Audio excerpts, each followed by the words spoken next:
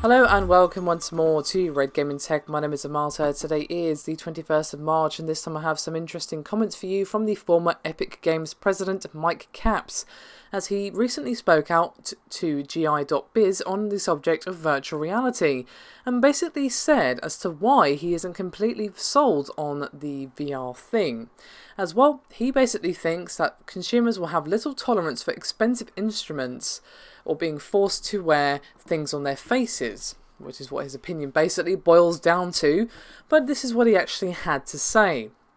Quote, "There's so little tolerance at the consumer level for that kind of investment. I think one of the things I'm most curious about, you look at 3D TV as a super easy to use technology that is really unfettered. Just a pair of polarized glasses and people didn't use it because it wasn't worth the trouble. The content difference was there. 3D avatar looks way better than non-3D avatar.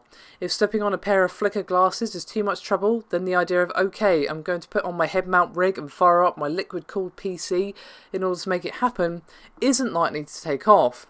Now, he did go on to stress that he hopes it happens, but he does think it'll be quite a while before consumers will make the leap, add in potential problems with motion sickness and other issues with technology, and VR could have a bit of trouble right at the start. And he went on to say, quote, "Any reports of nausea and vomiting and it's game over and hurry, as Carmack said in his talk.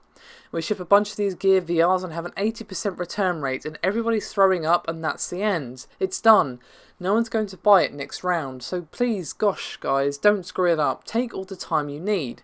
However, he made an interesting counterpoint regarding augmented reality headsets such as, say, the HoloLens, and according to him, they're going to be an easier sell because, well, the world around you isn't so closed off with those headsets.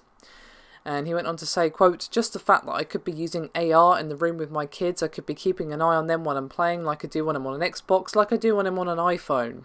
If I slap a headset on, I'm no longer a dad, so there's a huge number of use cases where people cannot afford to shut out the world, even though it's a wonderful way to maximise your entertainment experience."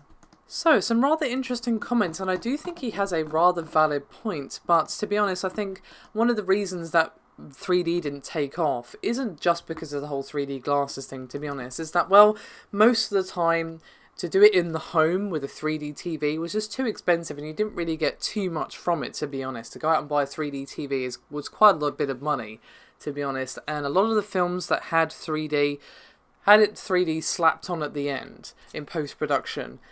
And you could really tell when that had been done, and you could also tell when it had actually been filmed with a 3D camera.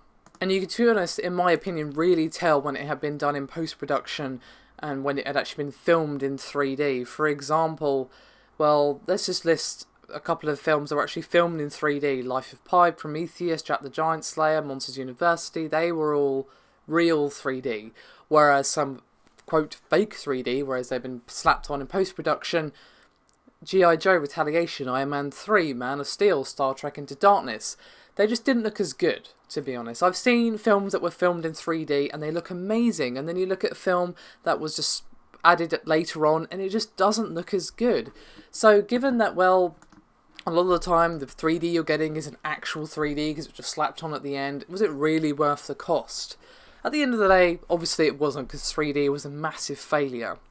Now, the issue of expense is still going to be valid, oh yes, and people might not like wearing something on their face, especially when it shuts them out completely from the rest of the world. That is a very valid point. If you've got a family or whatever, you can't help Timmy with his homework or whatever like you could when you're on an Xbox. You can just pause that game, put it down, help them with whatever they need help with, and then continue. Whereas if you're wearing your Oculus or your Project Morpheus or whatever, you're pretty much in the game world, and, well, you can, of course, come out of it, but it's not as easy. You are very much shut off. But I don't think comparing it to 3D is such a fair comparison for the reasons I've already said.